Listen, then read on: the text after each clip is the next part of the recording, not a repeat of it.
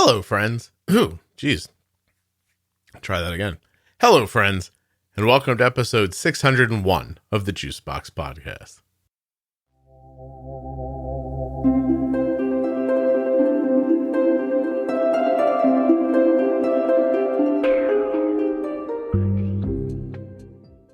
Today on the show, I'm going to be speaking with Gina, and Gina made me loop. I think that's the episode title. Gina made me loop. Yeah, that's what I'm going to go with. Anyway, my daughter uses a do-it-yourself algorithm called Loop. It is not from any company. It's available on the internet. And a long time ago now, Gina pretty much dared me to try it. And it's the story you're going to hear today, plus other conversation. Please remember while you're listening that nothing you hear on the Juicebox Podcast should be considered advice, medical or otherwise. Always consult a physician before making any changes to your healthcare plan or becoming bold with insulin. Don't forget to head over to t1dexchange.org/juicebox and fill out the survey. If you're a U.S. resident who has type 1 diabetes or cares for someone with type 1, this survey will take you less than 10 minutes. It's completely HIPAA compliant, absolutely anonymous, and supports people living with type 1 diabetes as well as the Juicebox Podcast.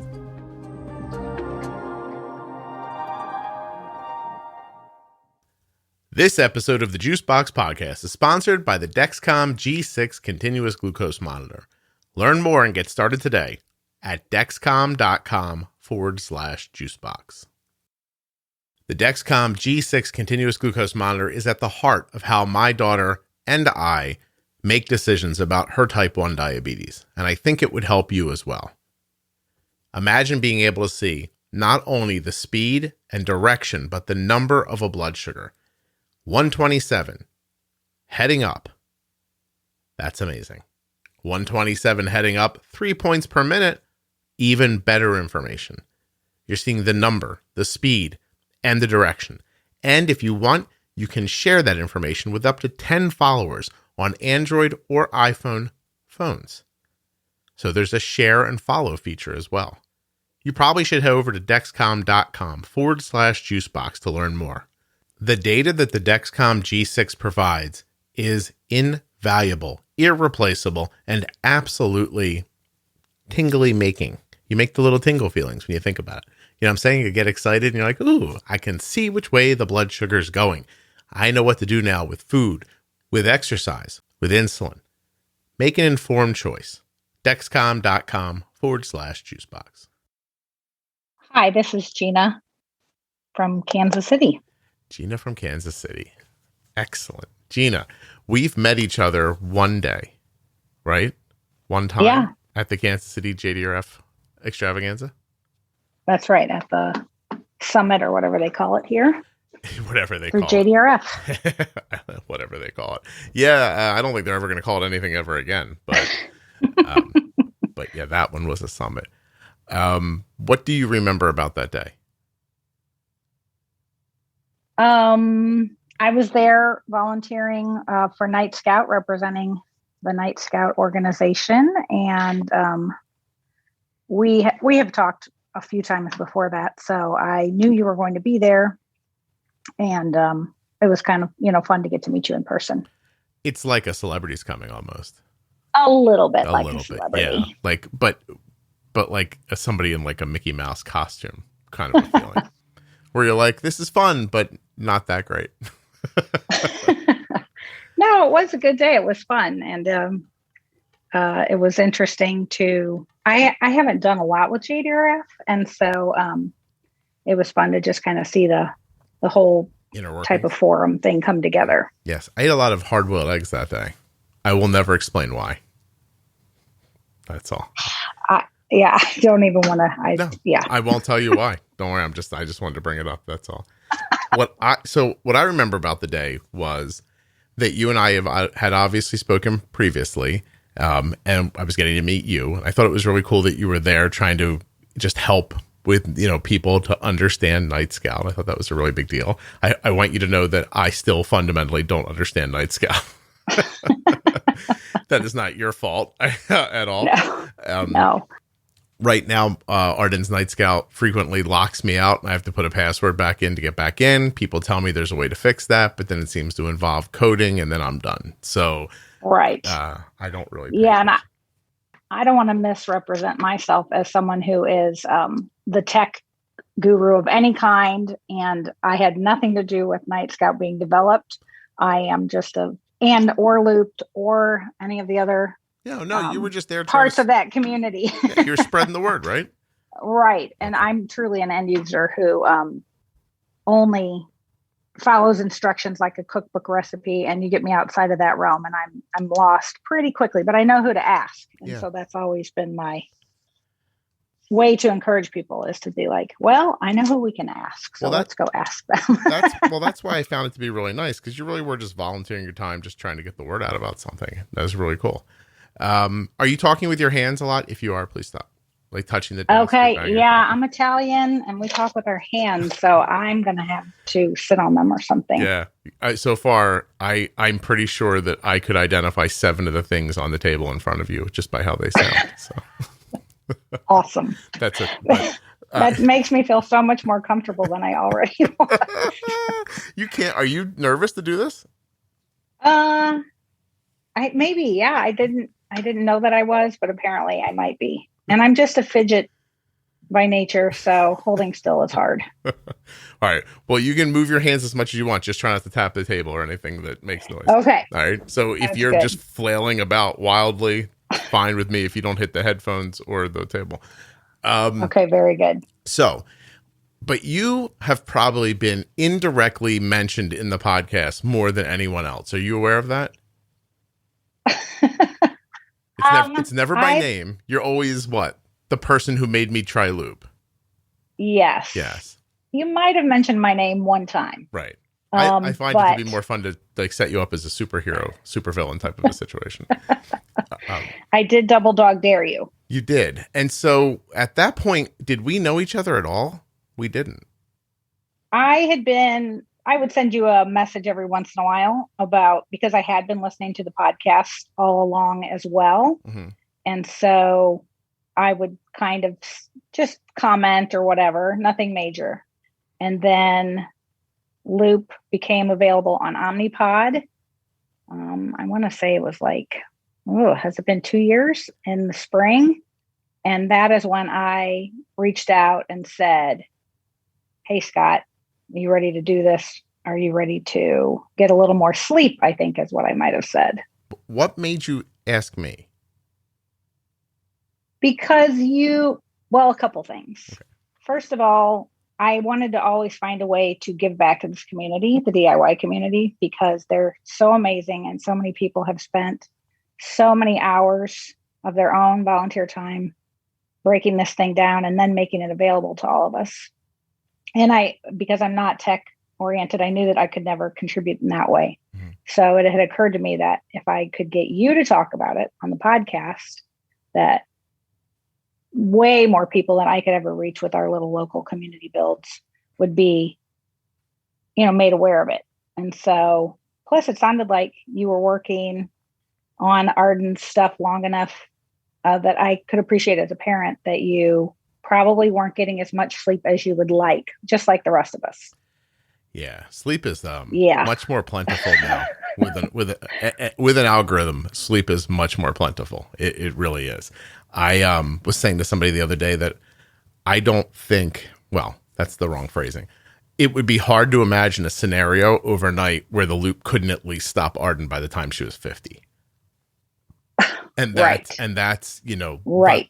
I'm not trying to say that happens every night. I'm trying to say if her blood sugar's trying to go down overnight, it's not some crazy, we used way too much insulin scenario or something like that, if she's drifting, even when it has trouble, she doesn't usually get below 50, which is, I agree. Yeah. Which is, if your settings are anywhere near where they should be, it's going to stop you for sure. Yeah. It's pretty cool. Yes. This is the part of the episode where I remind people that Loop is a do-it-yourself algorithm that's not from any company. It has not been passed through the FDA in any way. It's just a lot of great people working on coding, and this thing works really, really well. somebody had to hack into an Omnipod to make it work, right? That was a Yes. thing. And yeah, we do use it, and it's pretty amazing. Now, having said that, I do wonder how long it's going to be available. Do you ever think about that? I do. Yeah. Every day. Not every day, but yeah, regularly. I think that this community is, I don't even know the right word to use, but the people that are involved are, and it's different people kind of all the time that are chiming in and adding their own piece to all of this. They're so driven that I don't know that any the commercial options as they do come available will attract people for sure, because they'll just be kind of simpler. You'll have that, warranty type thing available, and that will call to a lot of the non-tech people. But there are going to be those who are always just needing to push the envelope. They want things the way they want them. And I'm not sure that, the FDA approval process will move along anywhere near fast enough. So I'm hoping to cling to their coattails as long as I possibly can. Yeah, no. So it's interesting. Because I really appreciate all the features. Yeah. Oh no, I'm sorry, I didn't mean to step on you, but it's interesting the way you took the question, because I think the people are amazing, and the way it morphs and people come in and out of it, that's fantastic. I don't imagine that would ever stop. I just look at a company using Omnipod as an example, and I think, how long do I expect them to make 3 different versions of their insulin pump? Right. And if one of them's going to go by the wayside, isn't it going to be the oldest one? Like, they're not going to stop making Dash, and they're not going to stop making Omnipod 5 when it comes out. Right. But I don't know the company, but is it reasonable for them to make 3 of these? Like if I made a Nissan Altima, and one of the Altimas had I don't know, some partial self-driving feature, and one of the Altimas didn't, and one of the Altimas had a third thing, like, how long before I was just like, well, let's move people to the more advanced features and stop making the old. That's the thing that concerns me more than anything. Is like, is the accessibility to the pump going to go away at some point? I do agree that it could happen. And in that case, we'd have to make a decision in our house. I do still hold, we started back prior to OmniLoop. We did the Medtronic, the old Medtronic pumps. Mm-hmm. And I have not sent my old pump off for my son. He would really be unhappy to go back to a tubed pump, I do believe. But we would always have that option, I guess, as well. But yeah, I'm hoping that it will all coincide nicely with a really nice upgrade to the Omnipod. What are they calling it? Horizon, or it's 5. Yeah. That we can, when and if they do, and we use all the pods that I've not hoarded. Got a little pile of pods over there, do you? There might be a small pile building up. And so we'll get through that, and then we'll go from there. Right. And by then he might be old enough to voice an opinion on things and tell me he's done with me managing him anyway. And then maybe some of those features wouldn't be as important. But being able to monitor him, we have some ability to do remote overrides, as you know. Yeah, I used them today. And just using the same phone, he carries one phone that he uses for everything. And much like every other young preteen in America, he's he has more buy-in to use the phone that he has with him anyway. Pulling out, right? Yeah, he's got it with him. Yeah. Well, right. I obviously have no idea what's going to happen. It doesn't make sense to me, just from a purely business scenario, that they would keep making, like, it would be like if Dexcom still made the Dexcom 4 and the 5 and the 6, and then they're going to make this, like, at some point things, like, they stop making older stuff. And that's right. And then that's, to me, where you'd have an issue. And how many people, honestly, how many people really use Loop? Yeah, it's a fraction. It's a tiny fraction compared to everything else. And I even think that there will be people that'll be happy to, move quickly into something the from a commercial company. versions of things as Yeah. they become available. I, And so we in our house will kind of take that case by case, I suppose, and just sort of ride the wave as it yeah. goes, because, that's a lot of unknown, and Well, we'll just figure it out. we use the auto bolus version of Loop, Mm-hmm. and it's like legit. Like Arden Yes. took an SAT this morning, and overnight, I don't know what happened. Like she was going to sleep and her blood sugar got a little low. We bolused for a snack that she didn't finish, so she had some juice. Then I think she popped up and everybody was asleep and no one noticed. So the Mm-hmm. loop like smashed it back down. It took a number of hours, but she went to 180 and it got her back to like 140 by the time she woke up at 6 o'clock. And then we started to work on bringing it down as she woke up, but it kind of wasn't budging. And so I didn't Mm-hmm. have a lot of time as she was going out the door. I was like, look, I don't like, you got to go. This thing's a time situation. So I just set it override for like, I forget, like 150% for a couple of hours. And then 2 hours into the test, when the override ended, her blood sugar was still like more like 110 ish. And so I just jacked her basal up remotely from my Night Scout. And so I basically did a 20-minute basal increase, but it like, I forget what I did, like 5 units an hour. So she'd get like a couple of units in just 20 minutes. I basically set like you know what I mean? Like I set like a little extended bolus through the basal feature. Like I pushed more and that pushed her Mm-hmm. down more and everything. Like I did that remotely while she was taking her SAT. Yeah, That it's stuff's amazing. not going to exist with commercial stuff, at least in the beginning, if ever. And just the Right. idea of being able to say, for whatever reason today, more power. Like I know Yeah. this, you know what I mean? I know this amount usually Yes. works, but right now, just whatever you do, magic algorithm, do it 50% more strong, please. Thank you. And like Yes. that stuff isn't going to exist. But having said that, I'm really excited to get Omnipod 5 and see what I can make it do. Right. Right? And it will be, yeah, That's my thought. for sure.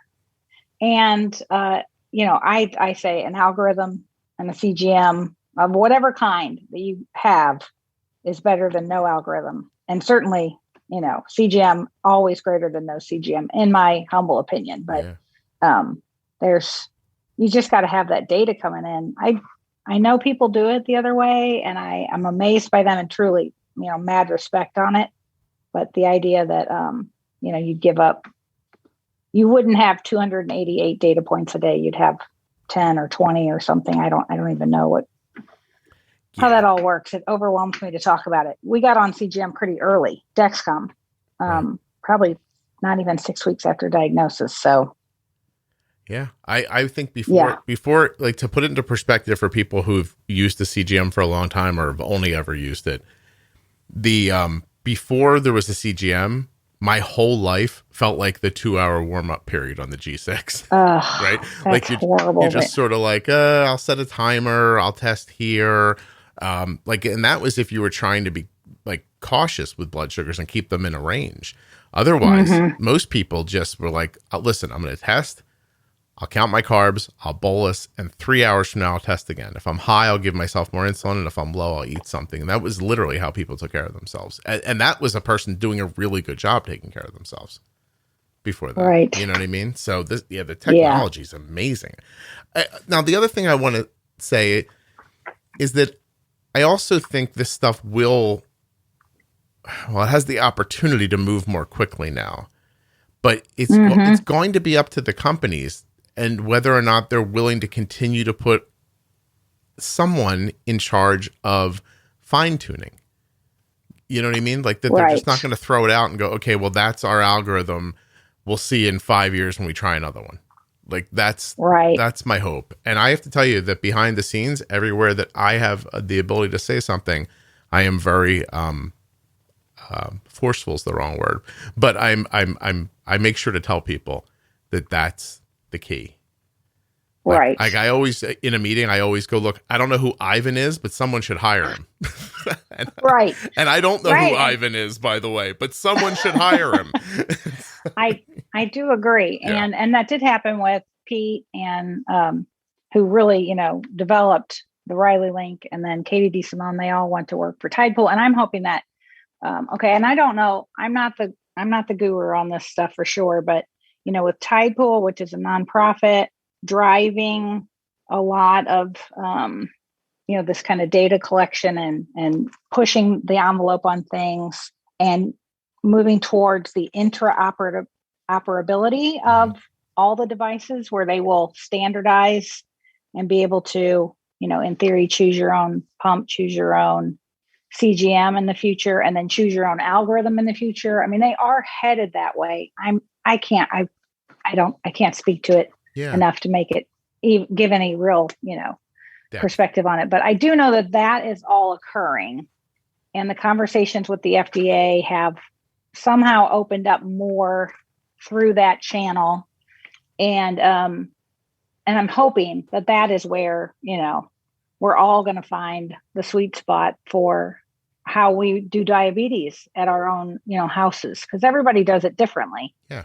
And so to me, that's the end goal. And that would keep things moving faster, forward faster. Yeah. I prefer a stainless steel pan to fry my eggs in. And some people like the ones that are coated with the nonstick stuff. We should get the pick. And that's right. I have somebody coming on from Tide Pool. I think my schedule, you should see my schedule. It is just, it's insane. I don't have an open recording day until January. Wow. It's like June. Well, I should feel very amazed then that I got on the schedule after. I had to double you up to make it work. And now I'm like, I have this like high-minded idea that I'm going to open up my my schedule real quick and find the person's name. And now I realize that was stupid. Like I'm looking at all these names and I'm like, oh my God. But yeah, I have somebody coming on to talk about it at some point. I just think, I know you have to have like kind of a long view of this stuff, which sucks if you've got Loop, because the immediacy of a small group of dedicated people making a fix or a change. Like, yes. Like they'll I forget what a good example is, but there was a problem with something and like 4 days later they have it figured out and then they fix it and they upload it and it's done. You're just like, wow, that was cool. You know what I mean? Whereas when it happens to a company, it's like, all right, we found a problem. We had a meeting, figured out what the problem was. We'll schedule another meeting in a month. We'll get together again and see how this went. And then later we'll probably test it. And if that works, great. And then we'll make double sure before we go to the FDA. And then 6 months after they get it, they'll be like, that fix is okay. And then, you know what I mean? Like, that's just how the real world works. So for people who are accustomed to Loop, it's saying you have to have a long view of it is probably frustrating. But there's a bigger picture, right? And the bigger picture is, like, no lie, Loop holds Arden's A1C in the fives, like, no problem. I used to put a lot of work into making that happen. Mm-hmm. And now it's much less work, especially overnight. During the day, still not so. There's still stuff to do. But the point is that it's very customizable. And I can in 6 seconds say, oh, Arden's getting her period, turn this way, turn that way, and make this target this, and boom, we're right back at it again. It's like not a problem. Right. And I am nervous to see how the other ones work, because you got to think they're not going to be as customizable. Although, you know what I always pitched when I'm talking to Omnipod, I always tell them about, this is going to sound strange for a minute, but Adobe Elements is just a, it's a thing you can manipulate pictures with and stuff like that. Right. And when you open it, there are tabs across the top, and I forget exactly what they say, but it's basically beginner, intermediate, and pro. And when you click on the tabs, you get more function. And I'm like, that's what an algorithm should have. And you can complete trainings online. And when you complete the training online, then it unlocks the next tab. Like, do you know what I mean? And then that way, everybody has an option to do it. I think that's an amazing idea. Nobody listens to me, but that's my idea. And I do know, and I know even less about the the Android APS system that I do about Loop, Yeah. And have never attempted to use it at all. But I believe that in that space, and there's a lot of European and kind of international crowd that is more that uses that algorithm and that technology base. And I really am speaking out of my zone here completely, but I believe that they have tests and quizzes and things along the way. They make you sort of follow a path. And I'm probably underselling that or saying it all wrong, but I think that there is some of that in that space. And I think that's great. No, because you do have to use Loop, or, these algorithms, you need to learn them. And which is why I was not content to sit and wait until someone came out with one. Yeah. If you're listening right now, if you're waiting for your doctor to tell you that, yeah, that's not going to happen. So, hey doctor, can you tell me, I want to set my insulin sensitivity and my basal rates just so I want to, I just want to be no lower than 70 if I can help it. And the doctor's going to be like 70. And then, that'll be the end of it. And you'll be wherever they put you. And if they get those settings wrong, then the algorithm's not going to work at all. Like when the algorithm settings are wrong, it's just as bad as you doing it manually, not knowing how to pre-bolus and misunderstanding food impacts. You'll roller coaster on it if the settings totally. Yeah. It's not magic. Yeah.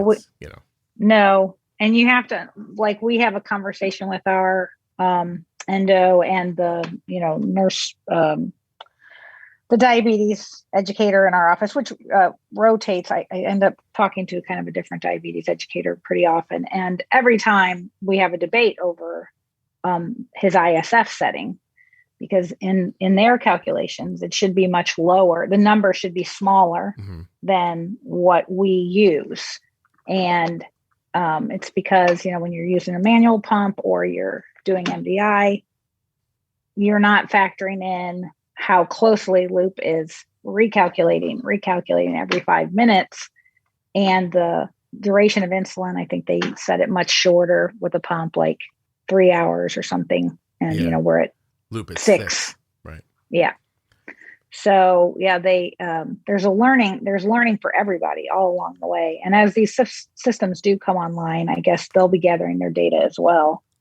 I'm just trying to say that it is 2021. And if you go into most endocrinologist's office and ask them how to extend a bolus for pizza, they're going to be like, I don't know. Right. And you're asking them to learn an algorithm. Me thinks that's not going to go so well. And then we get into the situation where the pump companies are not doctors. And not only are they not doctors, they're not allowed to give you advice about how to use your insulin. Like they're not, the FDA does not let them say that. So you're going to get this tool again. And I used to say, it's like you give somebody a bazooka and you teach them how to swat flies with it. You know what I mean? You're this thing does a lot more than this. This is what I'm allowed to say it does, and so it kind of, and that's nobody's fault. It's again, that's the FDA and the companies stay out of it. So then where do you get your training? Well, the companies point to the doctors. Well, I just told you your doctor doesn't understand that, your blood sugar's high because your basal's low. So good luck. Right. I say something on this podcast that is so common sense to me, which is if your basal is not strong enough, your blood sugars will be high more frequently, causing you to correct out of balance with where the carbs are, which will eventually lead you to a low. That is a common sense thing that I would say in court if somebody asked me to, right? I'd raise my right hand, put my hand on 3 Bibles and say that is true, except you show that graph to a doctor and they'll go, oh, look, you're getting low here, here, and here. We should turn your basal down more, less basal, right? Because you're getting lower. I saw low, so less, instead of seeing because there's not enough basal, you're bolusing in crazy places and making lows later. And that's a really basic and easy concept. And I figured it out myself. And you met me, Gina. I'm an idiot. Okay. So I figured it out. You can't get your doctor to figure it out, but yet we're going to hand them an algorithm and ask them how to fine tune it. Not going to go well. So then what's the answer? Because community can't be the answer either, because you see what happens. It burns out. Like people try really hard, and then there's these great places, and then people come in to get help. They get their help, and they take from it, which is what they're supposed to do. But then most of them leave, and the people who are left behind are like, well, this isn't my job. I can't do this forever. You know, Right. so that there has to be a mechanism in place. I hope Tide Pool does it. Yeah. Where you can just teach. You know what I mean? Yes. I don't know what they'll do. Yeah, because what's out there is amazing. Loop and Learn, and the people that are putting all that together, and all the time and effort that goes into Looped Group, CGM in the cloud. I'm sure I'm missing saying, and can't even get into all the names of everybody. That's just so amazing. Right. There are a million great people doing great stuff, but it's not their job. And at some point, so, you know, listen, if you want to know why the podcast is good, if you think it's good, it's because it's my job. And so I can, while you're walking around thinking about like your job, I'm thinking about other ways to tell people about glycemic load and index that aren't as boring. And so that's just what I get to do. And so, you know, when you have this coming through a Facebook group, at some point people are going to get like, wow, I can't do this anymore. They'll get burned out, you know? Yes. I'm not allowed to get burned out because I sold ads and I have bills. So you don't hear any burnout in my voice because this is my job, you know? Yes. That's going to be really interesting. I am super excited to put my hands on Omnipod 5 again, because I think I might learn something about it. I'm also excited that Omnipod saw from the beginning to get involved with Tide Pool, which I think they were like the first ones, right? They were like, one day we're going to put out an algorithm, and if you want to use our algorithm, you can. And if you want to use Tide Pool's algorithm, you'll be able to do that too. Like that was, and that's still in the works as far as I understand.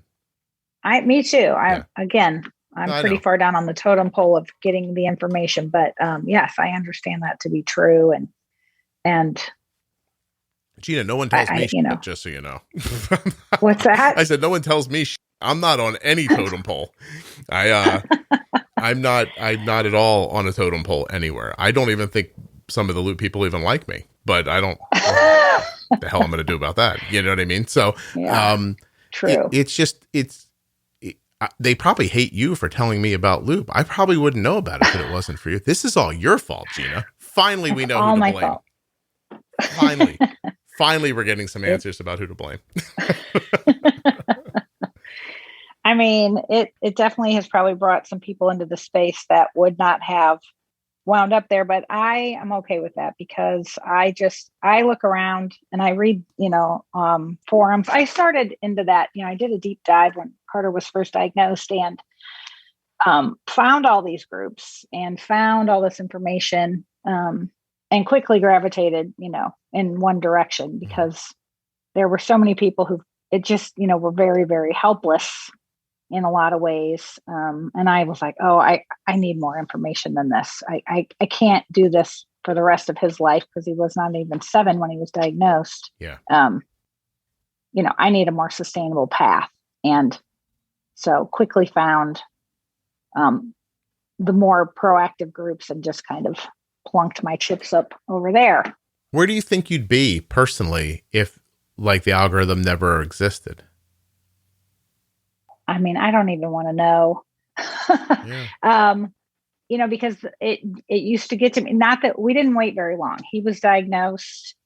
We got CGM, which really shows you, whether you're on it or not on it, it shows you where you are. And so then did traditional pumping and found those places, found us in those, the highs, the lows, etc. And just the stress of that, it was a lot. I took it on very personally. And, watching those highs climb at night and the things that used to happen back in the beginning, it was psychologically not a good place for me to be. Yeah. So I don't know how people do it. And that's why I wanted to be able to encourage people to not wait until a system comes out. The whole hashtag "we are not waiting" appealed to me on so many levels. Like I've got to be doing something more. This will not sustain. So I found the podcast. In addition to, I found the podcast and started listening to that before we were looping. It just was all sort of going at the same time. Yeah. So I was not content to wait until the next thing. And look, Carter's been diagnosed 4 years. We've been looping over 3 of those years, and we're still waiting on, some of the algorithms to come Yeah, it to takes commercial time. market. And you got this far off of this, and well, don't you? Well, I shouldn't say don't you think, but I think that you said earlier, what do people do? I don't know what people do. I think what they do is they give up, or it just becomes too overwhelming. I just got done interviewing someone whose kid was diagnosed when they were 2, and by the time they were 3, they were getting divorced, and then they lost a couple years in there. And, the kid's A1C went up 7, 8, 9, and it's like, you kind of don't even notice it happening. It gets away from you. There's a lot going. Diabetes is a full-time job. And then, you put a mom in charge of it for a little kid. And then I think she had another kid. And then, she's got life issues and all this is going on. Something's got to give somewhere. And, like, what can give today? Yeah. Is it easier for your blood sugar to be 160 all day, or me not to have a job? Well, I have to have a job or we won't have insulin. Like, so, okay. So, you know what I mean? You start making those bargains. And I think that's what happens for most people. These algorithms, so we're sitting around right now talking about this thing that, you have all this control over, and you get this fine control, and it's amazing. And it should definitely exist for everybody, but Agreed. Then you start asking yourself, could everybody really use it? And then, this is where, right. And then I know. Good. I'm sorry. Well, can they use it? And I think that people can learn that, but then also, does it fit into their economic lifestyle? Right. How do they afford it? Those kinds of things all come into play as well. But also, yes, how do you teach this? I mean, I come from a healthcare background, and so that helps me, I guess, maybe feel more confident about tinkering and trying things. And, I knew what a pancreas was before Carter was some idea of what's going on. Well, right. So I mean, I'm going to say Omnipod 5, because it's what I'm going to be like using. But you take that, right? Just try to imagine. I don't know how many users Loop has, right? Like actual users. I would venture to guess that nobody knows. They know how many apps have been downloaded, maybe, or something like that. But I don't know if they know how many people are actually using it. But is it fair to say it's fewer than 10,000? I'm going to guess probably the last time I looked at, how many times the code had been downloaded in GitHub. Yeah, it was somewhere around there. Okay. But you're right. There's no real way to know. Right. And so, and let's just forget first. Let's say that everyone who downloaded it is using it, right? Right. Now let's Google worldwide type 1 diabetes.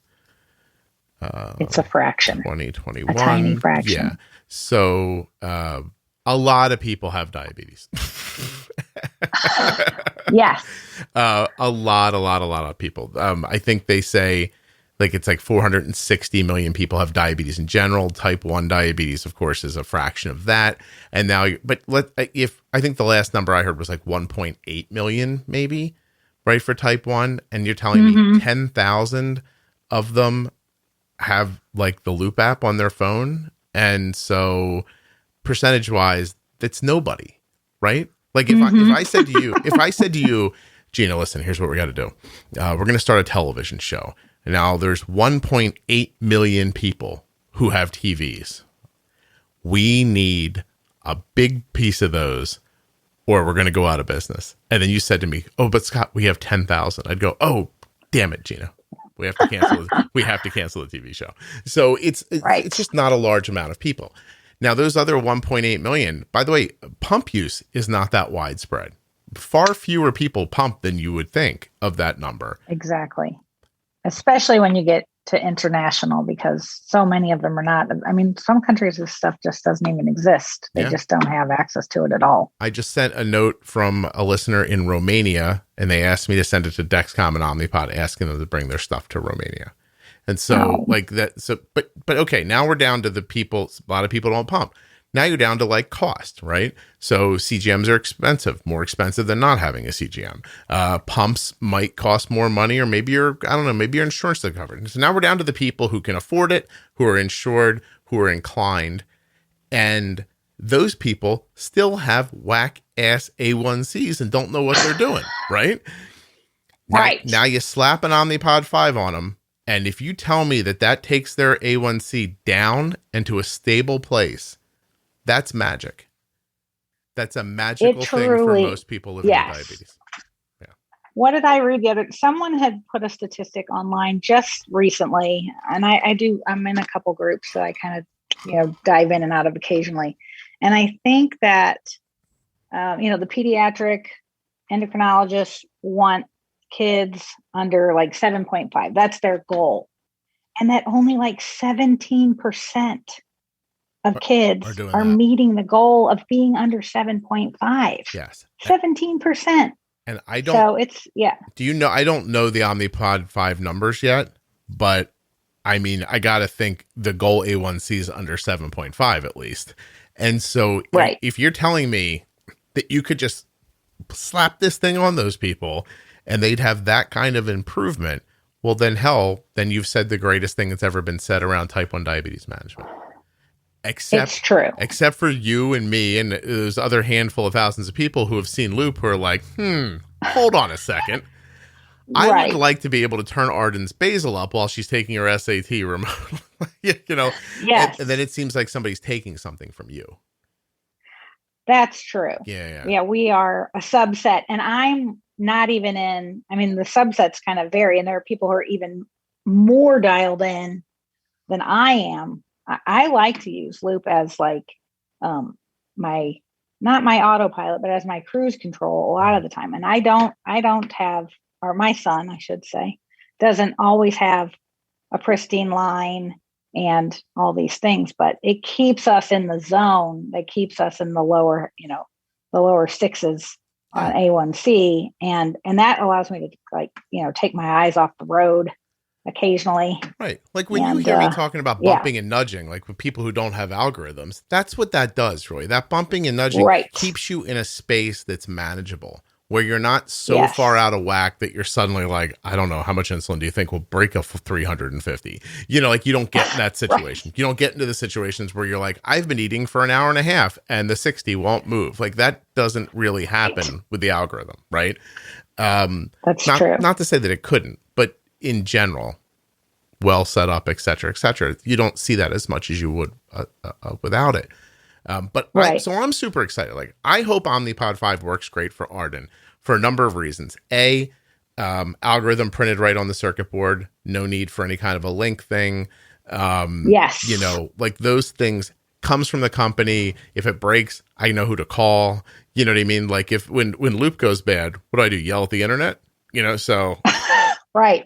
Oh, no. For the general population, it is going to be, and I expect even people, like I said, to move off of Loop, DIY Loop, into whatever, for sure, because it's just less to carry around. It's going to be, and compared to maybe what they had done in the past, we saw people do that with even Tandem, and kind of people pretty deeply into the group went ahead and moved off into Control IQ, and they're happy and it's working. And I totally applaud that whole, that whole effort. And like what, you got to do what works for you for sure. I agree. And also, and not for nothing. And I know there are people who wouldn't be bothered by this at all, but I'm not really comfortable having to send my daughter to college with a firm understanding of Xcode.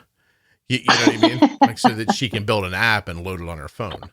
That's not in our life. That's not conducive to harmony. That makes it sound like I'm going to have to get on a plane one day, fly to a school and do something. And when I get there, I'm still going to have to call you to figure out how to do it. You know what I mean? And so I'm just, I that level of complexity and intricacy, I'm not comfortable with. The programming and the making the app and all that stuff. Like, Arden needs a new phone so badly. And I guarantee you that the only reason we haven't done it is because I don't want to rebuilt. And I'm pretty sure I would just open Xcode, plug the phone in, and like install it. I don't even think it would be hard. And it scares me to think about doing it. Yeah, You know? we just recently, Carter exploded a phone. I don't even know what he did to the phone. He's 10 and a half, and he's outside and running constantly and You in the live in water and Kansas all City. these things. I mean, my God, you're almost in the West. You know what I mean? It might as well be 1812 where you are. You're lucky. I don't even know. It's such a nice place. I love being there. But yeah, thank you. We need a plug there. In the middle of the map for sure, but we have large bodies of water, and he not an ocean. We're nowhere near an ocean, but he definitely manages to get all of his tech wet frequently, which has ruined a lot of things. And just this past week, I had to build on a new phone. We had to send off, get a refurbished replacement. And it caused a little sweat around the back of my neck. There's no doubt about it. I was like, oh God. I went away for a week a couple weeks ago, and Kelly goes, she pulls me aside. She goes, hey, if this thing stops working, what do I do? And I said, rip the pod off, pull her PDM out, put the batteries back in it. Yeah. Call me. I'll give you a Basil program to plug into it. And you can go back to the way you used to do it. Because I wouldn't know the first thing to tell her about how to handle it. And it's true. Yeah. And you have to have a backup plan no matter where you are, whatever way you're managing your diabetes, you've got to have a plan that includes putting insulin into a body somehow. So, so I was away from Carter when the phone died, and I was like, okay. And I could start getting phone calls about it. And I'm like, okay, hold on, guys. Don't panic.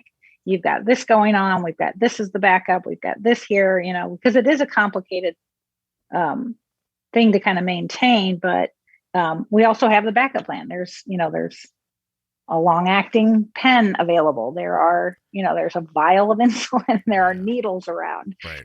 If we had to go back to old school and finger sticks, we can do that, and we can do it rather quickly. And I think you always have to, that has to always be in your backup pocket or your back pocket. But the idea that and we have a PDM that we literally have never used. It's never even had batteries in it, but I keep track of where, our settings are. I have those kind of, they're really just stored in Night Scout, where you can go back in and look at, previous profiles. Well, you can. So I don't know how to do it. Yeah. You can too, Scott. No, I can't. I guarantee I can't. But I don't care if it's even just scribbled on a piece of paper in your back pocket. Those things, everybody has to have that, no matter what you're doing. Yeah. You got to have that backup plan. It's not something that takes you 6 months of, all this, like, oh, you should do this before you start pumping, or you should do this before you have CGM. So you get a feel for it. I'm not for that either. Yeah. I think that you teach people to use what they're going to use most common, and you make them aware of the fact that, in the event of an emergency, this is what you do. It's like getting on an airplane, right? They show you where the life vests are. I'm not a fan of planning for failure. So, right. I'm going to plan for success. And if something goes wrong, I'll adjust, but I'm not going to sit around understanding, I don't know. Like, I just don't, I don't care. I wouldn't care if Arden was diagnosed today, I'd want her to have an algorithm today. And that old ass argument about like, well, you need to understand how, I don't even care. I don't think that's true. And I don't care. And if the world blew up and there was no technology and we had to go to a short and a long acting insulin and inject everything, I'd figure it out. But I don't need to spend a year figuring it out just to give it away. Hope, you know what I mean? Like, it doesn't, I don't buy into that stuff. Like, you need to understand diabetes without a CGM. You try understanding diabetes without a CGM. That CGM is the only way to understand it, so. I do think it is, one of the many ways. And then that's what I try to tell new families, is because, of course, anyone that knows someone whose child gets diagnosed that I know, you got to talk to, Gina. And so I try to just, and it's also overwhelming for them in the beginning, but I try to just get that information in there, like find your online community and, podcast, of course.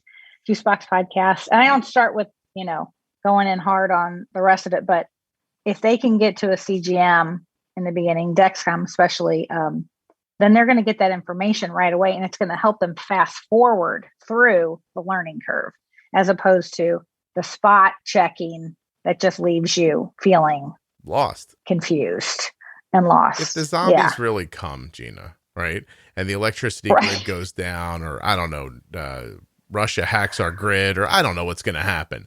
Let's be honest. It's harsh to say. Arden's the first one dead. You know what I mean? She's gone. Like, I mean, she knows it. I know it. We all know it. The minute refrigeration's gone, we're on a countdown. Right. We're all on a countdown. Yeah. That's so I won't spend the last days of my life thinking, oh, I really do wish I understood MDI better than I do now, because we're running from zombies. It doesn't matter. So this is the world we live in. I'm planning for this world. Like, you know what I mean? Like, I really would like to get an electric car one day. I wouldn't buy it and think to myself, well, I hope electricity doesn't go away. Well, if it does, we have bigger problems than that I bought an electric car. Like, the problems are we're all going to murder each other in the street inside of a week and a half. Okay. That's the bigger problem. I mean, no one listening to this hasn't thought, if everything got sideways, how quickly could I get to the CVS, break in and rob it and take all the insulin? We've all wondered how quickly we could get that accomplished. So, or whatever your pharmacy is called. Don't send me a note telling me about your Walgreens or whatever. Just, I don't care. We've all had that thought, but that's not the plan for. You don't plan for that. If you're planning for that, I think you're a prepper. And then I think you've got food in buckets. And that stuff's got a lot of carbs in it. So you're in trouble one way or the other. I don't know. Exactly. No, but I want people to know that's right. You have to live today, and today these things are available and they're amazing. Yeah. And the not waiting part, like, well, this will eventually be available. It's like, waiting 5 years for the cure kind of thing. Like, the cure is not coming. I'm going to assume right now, until I have something in my hands, like I'm going to use what's available right now. Yeah. And that, that included Loop. So, you got to think, I know this is a little weird, but in comparison to progress, our lives are pretty short. So you can't give away 1/10 of your life to waiting for something. Like, you know what I mean? Like, you're a great example. You figured out how to use Loop. You've got all these years under Carter's belt of this, good control and health and a confidence and an idea that it can be done. Like, all that exists, whatever, anxiety and stress it's lifted off your life, freaking sleep alone. It's amazing. Ooh, right? Yes. And then something else is going to happen. Omnipod 5 is going to come out. And then if they don't, and Tandem's going to be like, oh, geez, all right, well, we'll get better at it too. And then Medtronic's going to be like, I'm tired of that guy on the podcast saying our stuff is crap. And then they'll fix their thing. And then and everybody's going to keep pushing. And you're going to get somewhere in a handful of years you cannot imagine right now. And if you think that's BS, you have to realize, I'm going to tell you right now, my daughter's had diabetes since she was 2. She's about to turn 17. My rough math tells me that's 15 years. So 15 years ago, I had a meter that looked like it fell out of a bubblegum machine, a handful of needles, and a vial of insulin. And now, and a cell phone, a cell phone was a thing that was in a bag on a cord that plugged into your cigarette lighter in your car, and your car doesn't have a cigarette lighter anymore. Okay. And so now on my daughter's cell phone, which, by the way, is a pocket computer more powerful than the first computer that launched us to the moon in the 60s. Okay. There's an app with an algorithm in it that is looking at her blood sugar going 0.35 an hour, 0.1 an hour, 1 an hour, 1.2, 0.8, 0.7, 1, take it all away, give it back. Oh, bolus 0.5. It's doing that. It's magic. Okay. Like, it's amazing. Yes. It's amazing. And I don't know that I could have imagined that maybe even 6-7 years ago. I don't think I could have imagined that. So what's going to happen when she's 25? You know what I mean? Right. It's coming. Yeah. I'm counting on that the technology is going to continue to, it seems like all technology, like we're speeding forward. It's all, what happened in the last 50 years, we've eclipsed in 5 years or something, And then, so I'm counting on that occurring in the diabetes space as well. Let me do something right here. Gina, give me a second. Up. Give me a second here. I know people from Omnipod listen to my podcast, and they damn well should. I saw a lot of Omnipods, but that's not the point. All right, listen. Find the Ivans. Find the Ivans. Yes. Hire the Ivans. Get the people. That should be a hashtag. Find the Ivans. I don't even know Ivan. He's probably a gun runner in his spare time. And I'm like, hey, hire Ivan. I don't know him. Okay. But you imagine if he was just a gun running type 1 who wanted a good algorithm. Oh my gosh. He's right now like going across the desert, hoping not to get caught by the IMF, which I think isn't a real thing, but that's the thing Tom Cruise works for in Mission Impossible. Not the point. The point is find people like that and hire them and show them your algorithm and say to them, hey, make this better. And then when you're done making it better, take a vacation and then come back and make it better again. Like, keep doing that for us. You should be hiring those people. That's all. Co-signing on this 100%. Thank you. I don't know who he is. Yes. Maybe it's somebody else, but hire those people. Put yourself in a position where you can stand up in front of people with diabetes, hold up your pump and say, this thing's going to hold your A1C in the 5s. Like, if you could say that to people, that would be magical. Like, do that. You know what I mean? Try for that. That's all I have. I can't be common sense for everybody, Gina. It's tiring. Okay. You just heard my brain. I took a nice man who's helped with Loop, who I've never met before in my life. I turned him into an international spy. I put him in the desert running from Tom Cruise. That all happened in 20 seconds. My brain is not built for like building algorithms, but it is built for saying stupid crap. And at that I'm able. I'm really good at that. So. Right. I won't even say his name because I'm pretty sure it's probably pronounced with all different accents, and it could be Yvonne. Are you telling me I can mispronounce mad IVA? Respect to him. Are you telling me I could be mispronouncing IVAN? I think maybe you could be. I mean, this is incredible.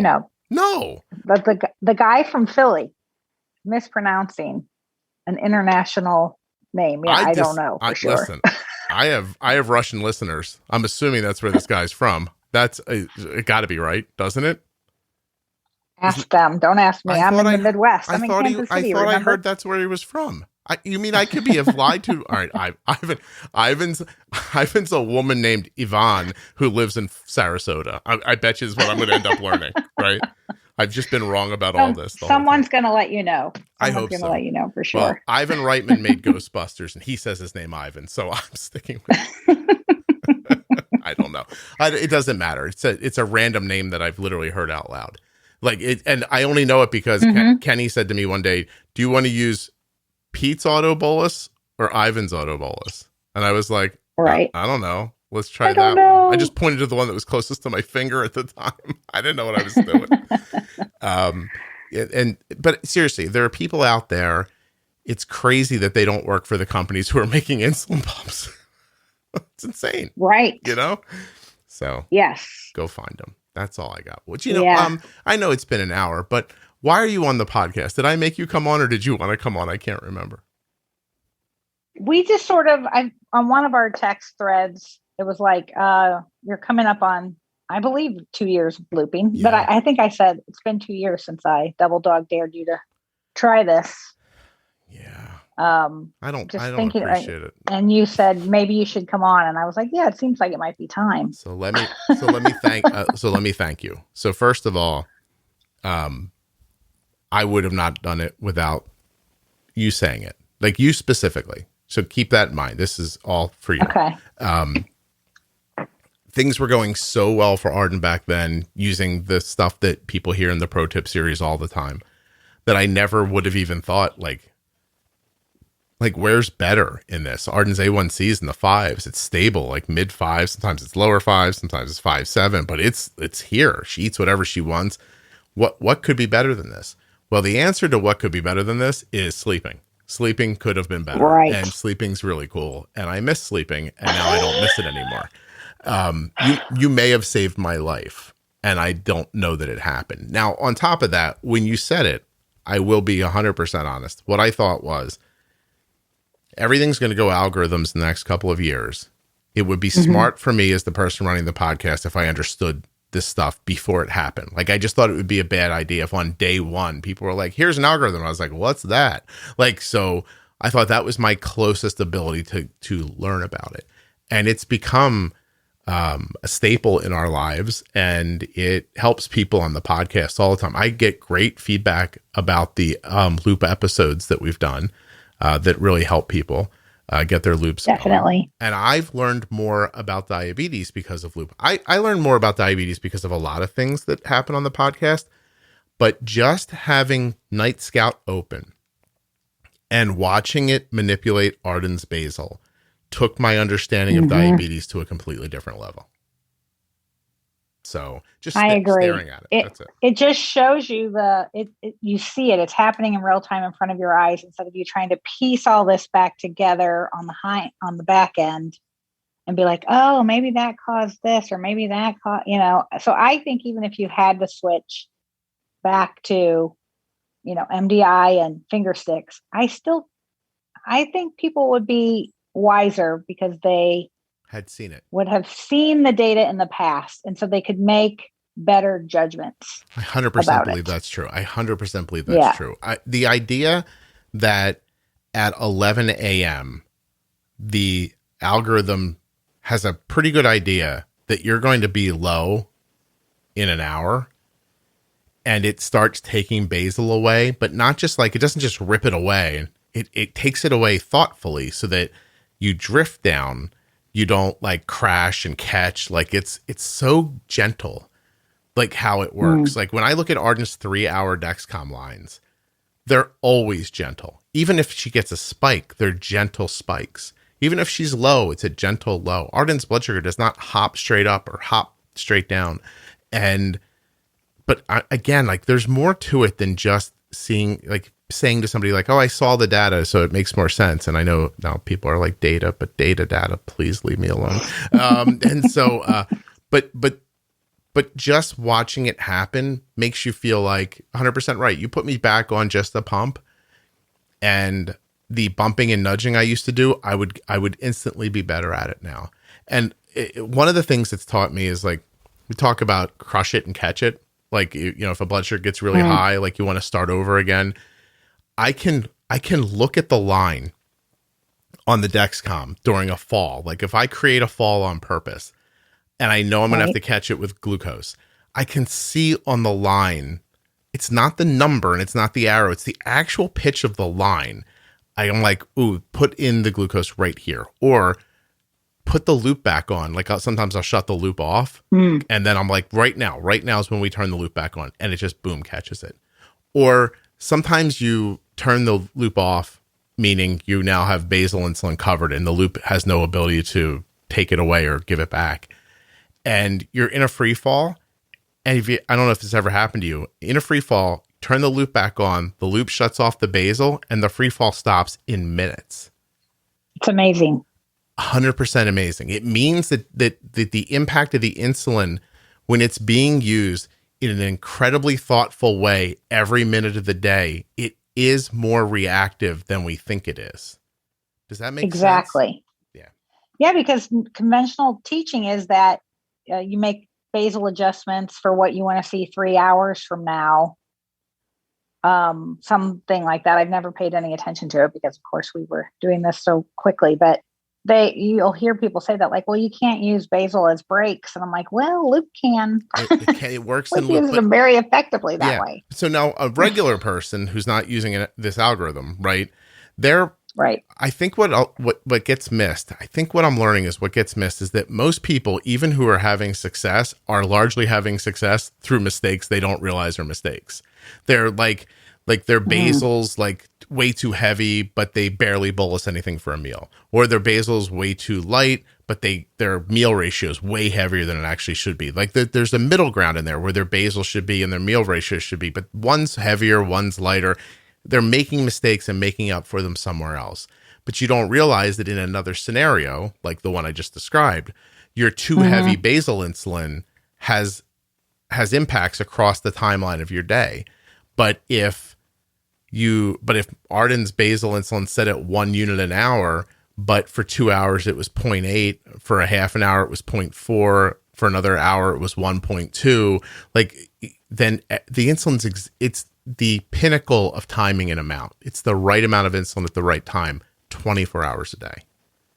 And that takes away a lot of the variables around insulin. So, yeah, everybody should have it if they can afford it and they can figure it out. And yet I know that's not going to happen. So hopefully these commercial ones are going to spread like wildfire and help people. That's my hope, at least.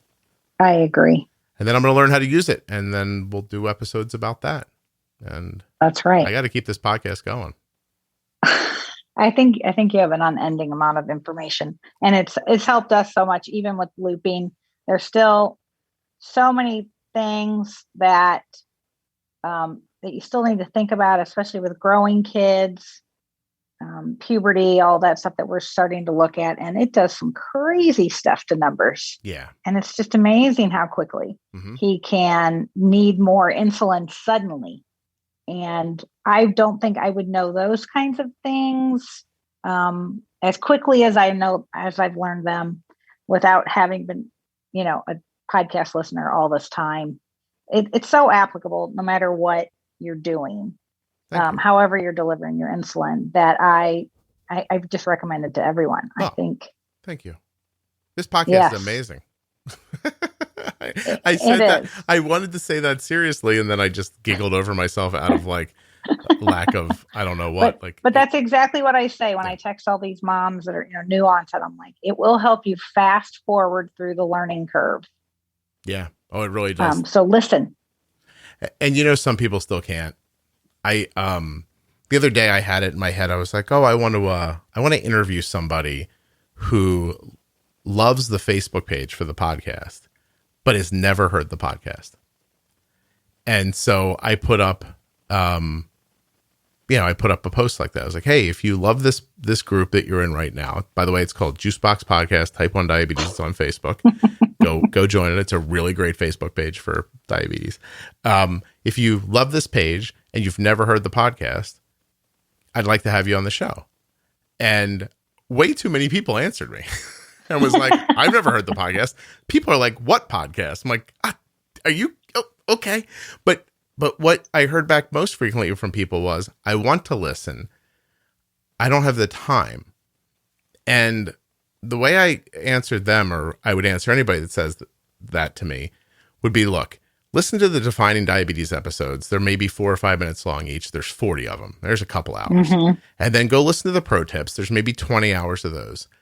Now, okay, that might be 20 or 30 hours of your life, but what you'll get back after that is way more in time and confidence and, alleviating fear. Like, what I want to say to them is, I know you think you don't have enough time to listen. What I'm telling you is you don't have enough time not to listen. Exactly. And that's a hard thing to make people understand, I think. But I agree. But they, it really has truly helped us, even just from the psychological standpoint, the sense of hearing someone else, share their story, the emotional impact that had on me early on, the psychological impact of not feeling alone, not feeling ashamed that I'm doing it wrong. It has helped me just come at this from a much more non-judgmental standpoint of like, okay, he's high right now. He needs more insulin. Yeah. And not be like, what did I do wrong? What did he eat? Did you sneak food? I don't even want to be in that headspace. And the podcast has definitely helped with all that too. Hearing just the stories are different, but there's that thread that just runs through so many of them. And you instantly, even without ever having met anyone, feel that sense of community. And it's super important. Yeah, I agree. And I'm touched that it strikes you that way. I think that's really wonderful. I will 100% admit that the podcast does more than I anticipated. It was not my, some of this stuff is not on purpose, but after I've seen it, I've definitely leaned into it. I've definitely been able to see like, wow, this is something I didn't realize people needed to know, but it's super important. Like I think people ask me like what the best part of the podcast is. Like if you're newly diagnosed, it's Defining Diabetes. Like you need to listen to those because it's all the words and the ideas that people are throwing around. You're like, I do not know what any of this means. So you can't effectively use a screwdriver if you don't know what a screwdriver is. So let somebody explain to you what it is. And then, Jenny and I will have a fun couple of minutes where we'll show you where it would fit into your life. And then you think, oh, okay, now that's a tool I understand now.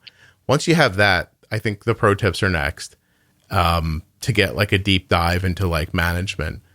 But those defining episodes are really, to me, I'm very, very proud of them. As a matter of fact, I'm working very hard right now on doing something else with them that I think will help people, which I am not going to say on here because, well, Gina, some people listen to this podcast and steal my ideas. And so this is not going to be one of them. You're not taking this idea from me, you scumbags. Come up with your own idea. Ha! I'm talking directly to you. You know who you are. Eat it. Okay. That's it. But I'll tell you when we're done recording, but I'm doing something with that because I think they're so valuable. Definitely. Yeah. And no matter who those thieves are, they'll never have your delivery. So, technically they're there's not, that too. You can't steal me. Is that what you're saying? That's what I'm saying. I'm the glue that holds this bullshit together. That's 100% right. No, listen, let me be 100% honest. I've never heard any of those people. And so I couldn't tell you if they're good at it or not. And so that I want to be completely fair to them. They might be amazing at it. But there are, and it's not everybody, but there are people who wait for me to say something and then run out and try to do it before I get it done. So I've learned not to say things ahead of time. That's all. Yeah, that's all. Is there anything that we haven't talked about that you wished we would have talked about? No, I think, I just encourage people to, as you can encourage them to be bold with insulin. I just want them to be bold with trying new things and not waiting. We are not waiting. And that can mean a lot of things to a lot of people, but just keep trying something new because that's what helped us the most. Because you do not want to look up 10 years from now and think, oh, I didn't realize everyone was doing it like this. And I'm still doing it like this. Like, you don't change for the sake of changing, but when something makes sense, you should take a look at it, and algorithms make sense. So, that's pretty much it. I mean, if you've got a CGM already, like if you're on Omnipod Dash and Dexcom right now, I mean, to me, it's a no-brainer to try Omnipod 5 when it's available. Agreed. All right. Well, hold on a second. I'll tell you my idea when no one's listening. All right.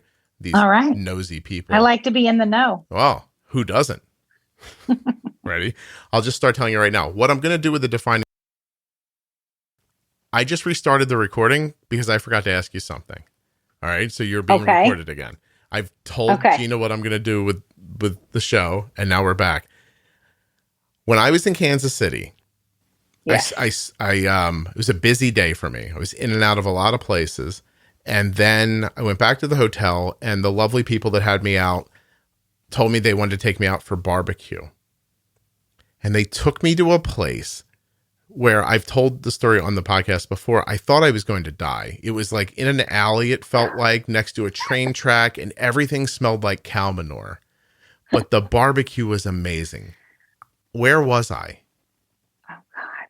Do you know? So if you were all the way downtown, did you drive quite a ways? Not too far. We were in an Uber. Okay. No, we weren't. You were out in the county. Joe's Barbecue. It was in like a square stucco nondescript building with a ramp on the side of it that easily could have been a warehouse. Oh man. We have a lot of good barbecue here. I still don't know the answer. Arthur Bryant's, Joe's Barbecue, which used to be Oklahoma Joe's. Gates, of course. You say, there's just dozens. So if I say Gates Barbecue, yeah, see, that's not it. That building looks new. Hold on a second. What, Joe's? Well, the original Joe's is literally in a gas station, and people wrap around the building every day to get that. But they have a place out in the county as well that's a little bit more of a restaurant. You were out in the suburbs, and I live in the city. I don't know All right. them Well, quite then as this was a well out waste of there. your time. I apologize. I thought I was going to finally get my answer, but instead, I know. I'm let's sorry. You can don't just be cut this sorry. part out. Listen, I don't like to edit that much. It seems like a lot of trouble to cut it out. I will keep trying. Oh my God, there goes my voice. This is what happens when I try to do 2 podcasts in one day. Oh my gosh. My voice just completely disappeared. All right, I'm sorry. Hold on.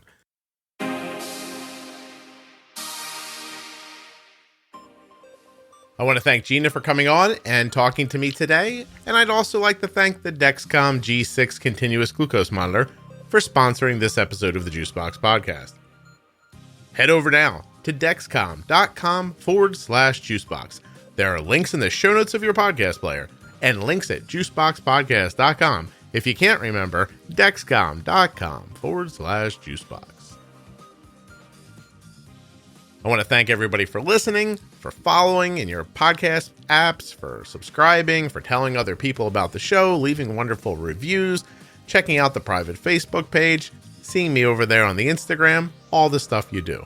Thank you so much. I'll be back soon with another episode of the Juicebox Podcast.